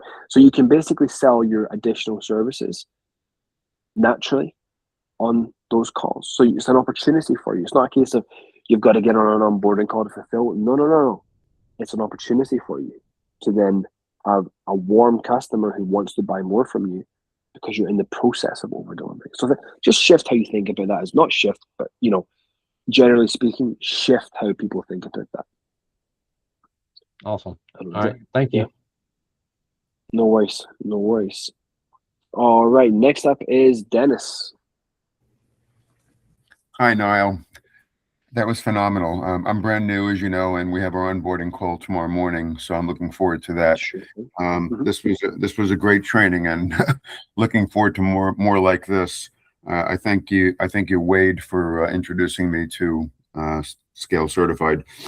Where is the SOP located? It's not. It isn't located yet. I'll send it out in the WhatsApp chat after this call. Okay. So it's a PDF. It's a PDF doc, and you just download it. And going back to your illustration where you're talking about the core product and the bump and the $97 per month subscription, where do you come up with the $50 or the $45 acquisition cost? I didn't see that on the slide. That's purely. Oh, that was okay. So the slide. The $45 is the standard acquisition cost. The slide defaulted to showing the higher. So I did two acquisition costs. I did the $45 one, which is the standard, plus 30% on top for expensive days, which was the $58, I think it was. The slide automatically only showed the $58, so it was there. It just didn't show on the slide because the slides are reusing that in the slides. Okay, and then the average order, $62. That's from your years of experience selling these products? Based on conversion rates, yeah. So basically you've got your $27 purchase, then you've got 60% of people take the $27 order bump, then 20% take the $97 upgrade. That results in an average order value of $62. If you run those numbers, that's what it works out as. But honestly, I experience 80% of people taking the order bump. This is the first upsell. Then probably closer to 30% taking the but again, those are my numbers. I've been doing this a long time. You've got to allow a little buffer as well, just for that benefit of experience, right? And my numbers will be higher than yours, naturally, just because of experience. Sure. Great. That's all I've got for now. I have my questions for you tomorrow morning. Sure. Sounds good. Sounds good. Great to be on board here. All right. No, great to have you. Great to have you. All right. Do we have any other questions? Feel free to ask. Wade, you got something? I always have something, brother. Me too. I really appreciate. Was that the end? I thought you were going to the lake. Was that the end of the month? No, that's at the end of the month. Terra Lake. I can't wait. 28th through the 31st. That's gonna be great. Anyway. Next time. Anyway. I appreciate you doing this presentation because it just shows my friend Dennis that he has gotten into a good group and it's going to be really phenomenal, and that you over deliver every single time. Appreciate it. That's all I wanted to say. I'm looking forward to really peeling this back and making it work for me. Yeah, absolutely. As I always say, right, this is probably the highest leverage skill that you could possibly learn. Definitely is, without a doubt. Without a single doubt. Thank you for putting it together. No worries. No worries. I'm just reading the chat here. Vincent Manny, you're saying you've been posting videos constantly. You haven't looked or seen that consistently. Is it the content? Is it the AI? It depends. If you're pitching that one last word there gets me wondering. It probably is, if you're pitching, it's probably the content, because the content is designed to just drop the pebble in the pond, right? It's to get the person thinking and then coming towards you. It's designed to be magnetic. So, if you can answer again, if it's Vince or Manny or both, answer the chat there. What AI are you using to post the content? Is it video content? Let me know, and I'll come back to that question for you a little bit more detail. Zidane, go for it. Yeah, hello. Yo, so my question is about content strategy from last week. Mm-hmm. So I mentioned earlier in the call that I'm positioning my service as a system to prevent the business from leaking revenue, and I wanted to position my content around that topic. So would you recommend that I keep doing it like this, or is that a better alternative? I would add a little more variation into it, simply because people are attracted and understand things differently, right? You might understand and perceive something one way, but they might, from their life experiences, completely misunderstand you. Completely. And nothing to do with you, it's just how they see it, right? So they hear things how they want to hear things. So you could say something like AI employee and they think something entirely different. So it's about adding a little bit of variation that surrounds the topic. It doesn't always have to be about the one particular topic over and over and over again. You can mix it up because it attracts different people at different times. Then they watch other pieces of content. So don't feel as boxed in as that. Expand a little bit to attract the different eyeballs, and you'll find that they start to binge watch the rest of the content. Now, it's not an immediate process by any means, of course, but over the term, there's the immediate versus there's the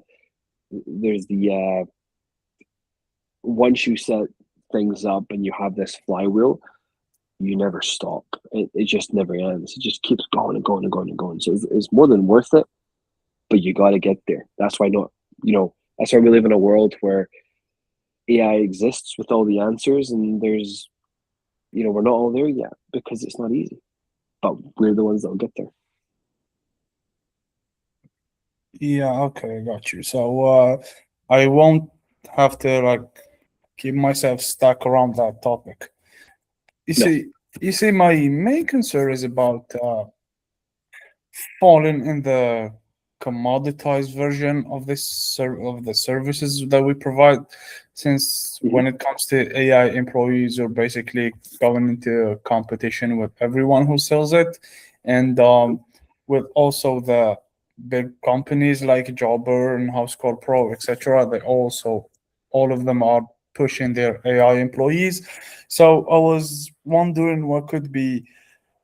I was going through this route as a way to not get mixed with everyone else and be labeled, get my service to be labeled as a commodity.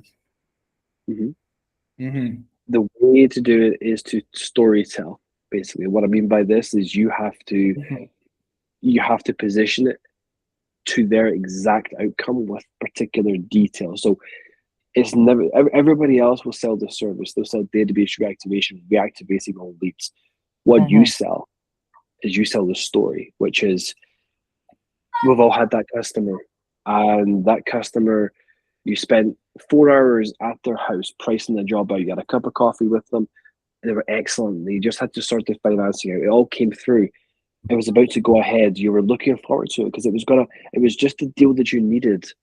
And all of a sudden that customer just disappeared and you never heard back from them.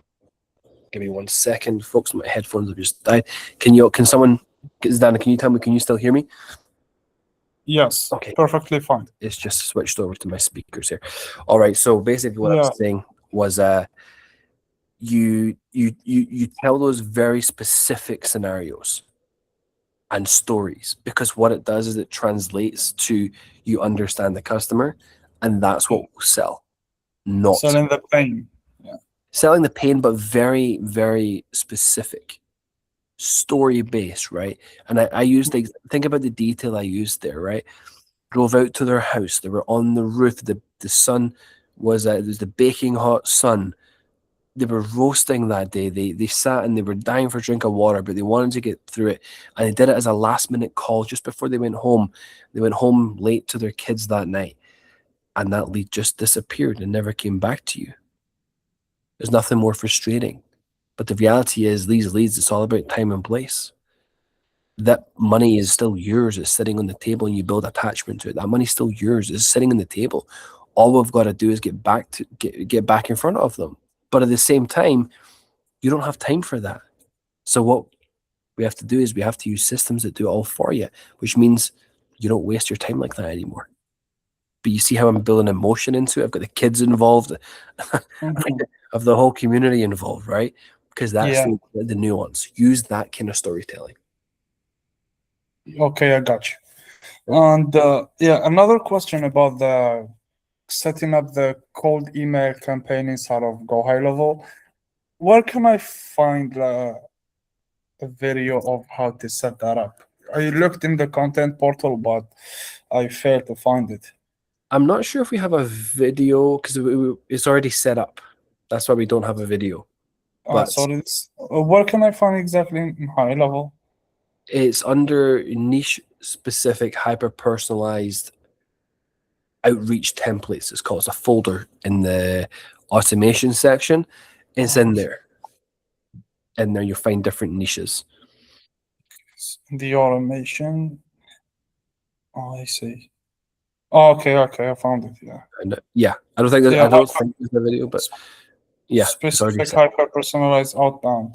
Correct. That's right. HVAC personal outreach machine. All right. Yeah. All right. Thanks. And one last question regarding the email. How do you do I like use the exact email sequence that's already set up in there, or should I just freelance a bit about it?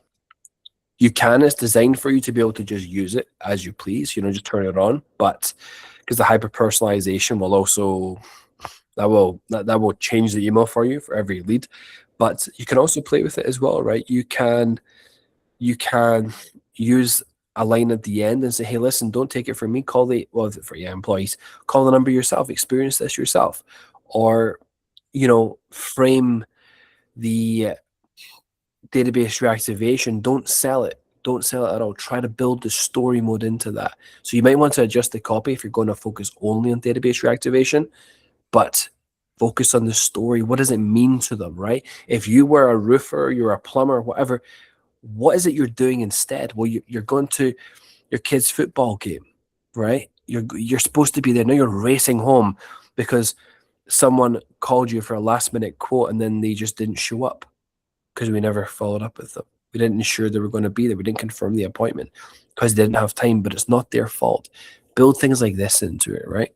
A little bit of storytelling. Get in their head. Okay, yeah. Sounds good. All right. Okay, yeah, thanks. I guess that's it for me. All right. I'm just going to go back to the chat here. Vincent Manny, you're saying, hey, Jen, we use a lady character in Hey Jen to do different key things of what Plato AI sells. Show an example of the AI used in reception, how it could benefit your business. I would honestly tell, it depends on the quality of the AI. Hey Jen, from my experience, I haven't had great experiences with Hey Jen. I just found that it looked like AI for me, but maybe it has improved. I can't obviously comment because I don't know if it's improved or what, but if you want to post the content or post like a link to the thing in the WhatsApp, I'll take a look at it after the call just to check and make sure it doesn't look too AI focused. But I think in terms of what the content says, very similar to what I said to Zidane there, just about the storytelling, right? It's not really about we can install an AI employee into your business because they don't know they need that. What they do know is that when the high value leads come into a plumber at 10 p.m. on a Sunday, and if they don't answer that phone call, they're going to lose that lead. And that's a really good intent focused, high value, emergency type lead.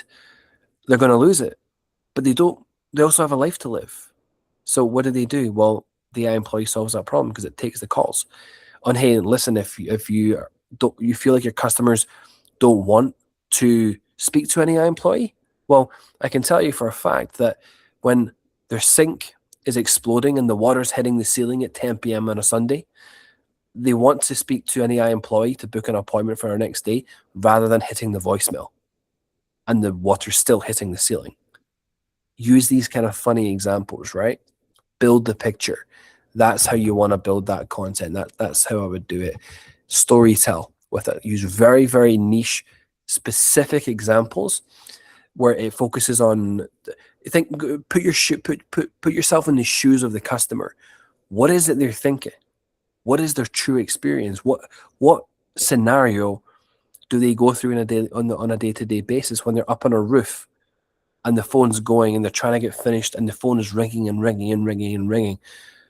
That's very annoying, and they're trying to get home to their kids' soccer practice, or you know what it's like, right? Or when you're step in the car and your phone is ringing all the time and you don't really want to answer it, you're tired. Use these examples. That's how I transform the content. Again, I haven't seen the content, so I'm speaking a little bit generally here based on what you've said, but that's exactly what I would do. Let me know if that helps or clarifies things in the chat there. All right. Does anybody else have any questions? Feel free to ask. Any questions at all? No questions. And Vince and Manny, I'm going to give you a couple more seconds just to make sure that you guys have the answer to your question, or if you've got a follow-up question, feel free.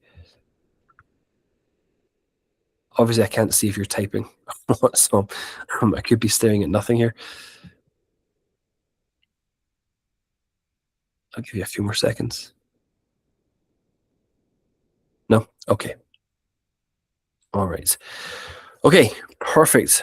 Well, if there are no further calls, what I'll do is when Google send me this call recording, I'll get it uploaded and sent out for the recording. And also, I'll post the SOP. I'll ask who wants the SOP in the WhatsApp. You can let me know if you want it, and then I'll attach the PDF. And Vince and Manny, you've sent the video to the group. Okay, I'll have a look, and I'll let you know in terms of what I think of the content after the call and whatnot, and we can work on that a little bit. Perfect. Thank you, Nob. Nope, you're all welcome. You're all welcome. All right. I will wrap up the call then. Thank you for coming, everybody. Hopefully you found some benefits in that. And this, as I said, this is part 1 of the series. I'm going to continue on this series, and I'm going to really show you how to crank some serious numbers with paid advertising. It's a little bit of the old dark arts, right? All right. Thanks for coming, everybody. I'm going to wrap up the call now. I'll speak to you all soon. Bye, brother. Have a good day. See you guys. See ya.